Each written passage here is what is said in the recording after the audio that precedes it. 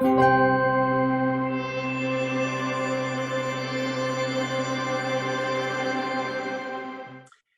everybody. I'm honored to join this conversation with all of you. So let me give you a quick snapshot into Latin America, where TNC has been working in more than 15 countries for many decades.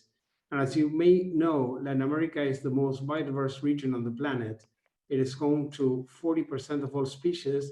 The region also holds 1/3 of the world's freshwater resources. And these natural assets have paved the way for Latin America to become a global breadbasket.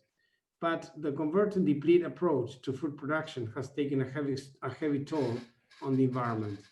Agriculture and ranching consume 70% of freshwater resources and account for 70% of the region's habitat conversion. Deforestation in Latin America is also 3 times the global rate, making the agriculture sector the leading contributor to Latin America's greenhouse gas emissions. The resulting biodiversity loss and soil degradation have had severe impact on the very assets upon which agricultural productivity depends. Our science at the Nature Conservancy shows that regenerative food systems are a powerful solution that create a positive triple impact on climate, biodiversity, and sustainable development by supporting the relationship between natural ecosystems such as water, soil health, and biodiversity, and agricultural yields. We have many success cases in Mexico, Central America, Argentina, Colombia, and Brazil, where thousands of small-scale producers are working with TNC to adopt regenerative agricultural practices. We are showing that agriculture actually prospers when managed hand in hand with preserving the delicate ecological balance essential to our planet's future. Let me give you just a concrete example from Colombia, which is the world's second most biodiverse country in the planet. TNC and partners just concluded a 10-year project that helped more than 4,000 family farmers adopt regenerative agriculture that combines trees with pastures in a beneficial combination for farmers and the environment.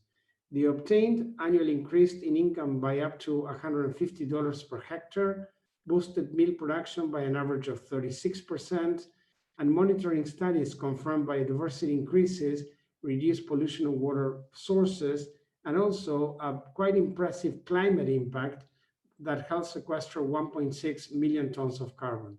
So this 4 per 1,000 initiative, I feel, is a great demonstration of readiness at a science, institutional, financial, and technological levels. But what do we need to do differently in order to move past the current mindset of incremental improvement towards exponential delivery of this agenda? Let me give you 5 quick points to conclude. This agenda needs to be embraced by finance ministers, working in partnership with environmental, agriculture, production, and other government cabinets to include regenerative agriculture in national budgets. This will require aligning subsidies and incentives to accelerate market shifts towards restoration and regeneration of soils. In the Latin America region, we need industry leaders to become advocates of this policy change and transform market dynamics along the value chains for zero deforestation and regenerative practices.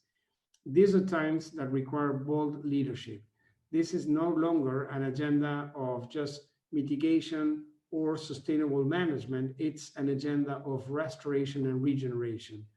Cross-sector collaboration to share science, innovation, best practices, knowledge management, and capacity building to accelerate implementation is also imperative.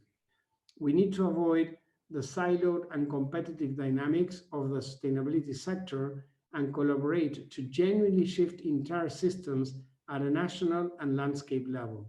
And finally, closing the finance gap for a green post-COVID recovery will require finance innovation and channeling resources towards scaling successful local examples of regenerative agriculture, building of local knowledge and culture, particularly from indigenous wisdom across the region. It's really encouraging to see the level of convergence and momentum of this agenda. Orchestrating our efforts through efficient collaboration and channeling resources to accelerate local execution will be key. Thank you very much for your time.